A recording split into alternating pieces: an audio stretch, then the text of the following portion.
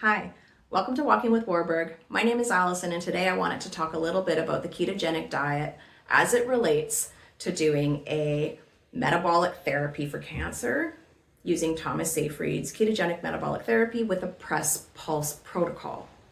So I've been doing this for over a year, and there's a few things I wish I knew way sooner. When it comes to the ketogenic diet, one of the few things I did know right away was that I was going to want to be in a 4-to-1 ratio. This is considered a therapeutic or a medical ketogenic diet. Anything less than that is nutritional.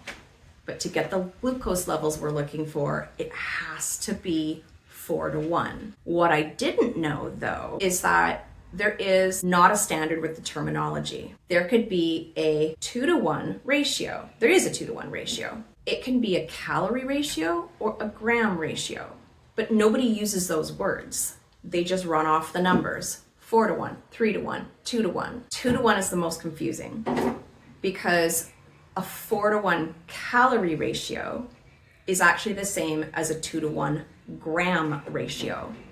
But if people just say 2-to-1, you don't actually know what they're talking about. It took me over a year to understand that we're all on different pages. I would suggest going to the Charlie Foundation's website and looking at their videos on the ketogenic diet, their definitions. It's a great resource, and I'll put the link below. Also, when people are talking about their ratios, just ask, do you mean calories or grams? Most of the time they're going to look at you and they're going to be confused because a lot of people don't know there's different ways of talking about this.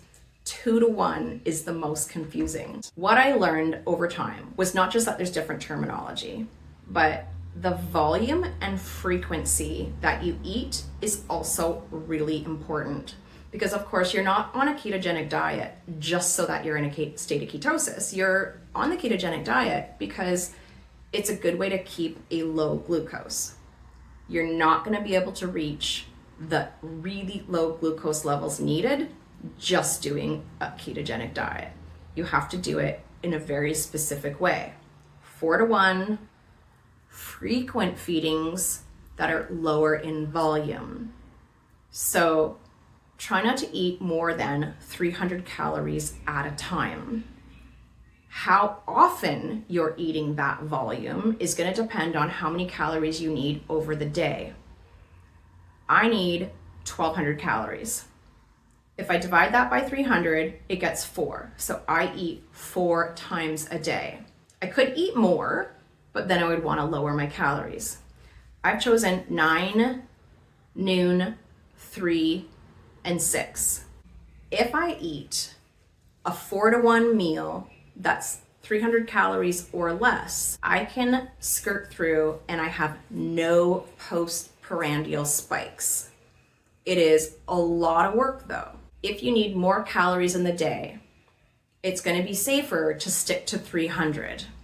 But that means you might end up having to eat 5, maybe even 6 times a day so that you're staying under that 300 calorie mark in a 4-to-1 ratio. So that was a long process, learning how to do that. I started fasting initially, but it's not sustainable. This might take you a long time. And if you start fasting right away, yes, you will get into a state of ketosis and you might have great glucose, but you're not going to be able to live like that. So you're going to have to figure out how to do this using food. Being on the 4-to-1 medical diet and eating frequent small amounts is going to be your best bet. One of the things I wish I did originally as well was to be really strict when testing what foods keep my glucose low postprandial. There's a lot of foods that don't just have a glycemic load, but some things raise your cortisol that will affect your glucose. For example, coffee. It doesn't happen for everyone, but sure enough, when I drink coffee in the morning, it raises my cortisol, which raises my glucose. Even though coffee is a keto consumable. So Cortisol is a whole other layer of this, and that's going to have to be another video. But just keep in mind that when you're testing foods for what raises your glucose, it's not always going to affect your glucose because of the carbohydrate, protein, or fat content. It could be some other kind of reaction or even just a cortisol spike. So testing rigorously at the beginning is something that would have paid off massively had I done it originally. If I could do it all over again, I would start with single ingredient foods. For example, a 60-gram piece of ribeye cooked in half a tablespoon of avocado with half a tablespoon of butter on top is a 300-calorie 4-to-1 meal. That is as close to a single ingredient as I want to get. And eating that, I can have no postprandial spike. Doing that a few times throughout the day just to confirm that I don't have those spikes meant I could move on to another single ingredient food. For example, if I take 1 whole egg and 2 egg yolks and I scramble them, I'll cook them in half a tablespoon of butter and then top it with half a tablespoon of butter. Eating that shows I can have no postprandial spike. So that gave me 2 things I could eat that definitely were not a problem.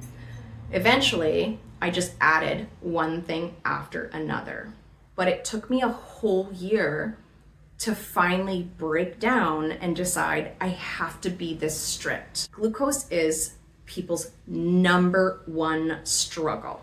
Number 1, the keto diet and managing glucose is complicated. This is where you should start. And I would really suggest being as strict as you possibly can right from the beginning, documenting and testing meticulously, and then loosening up as you go if you can. But if you start a bit looser, it's hard to tell what is causing glucose spikes because there are so many variables, which is when we go into cortisol. Anyway, if you have any more questions and I didn't cover them, I'd be happy to in your comments. So add those, and I look forward to joining you in my next video. Thanks.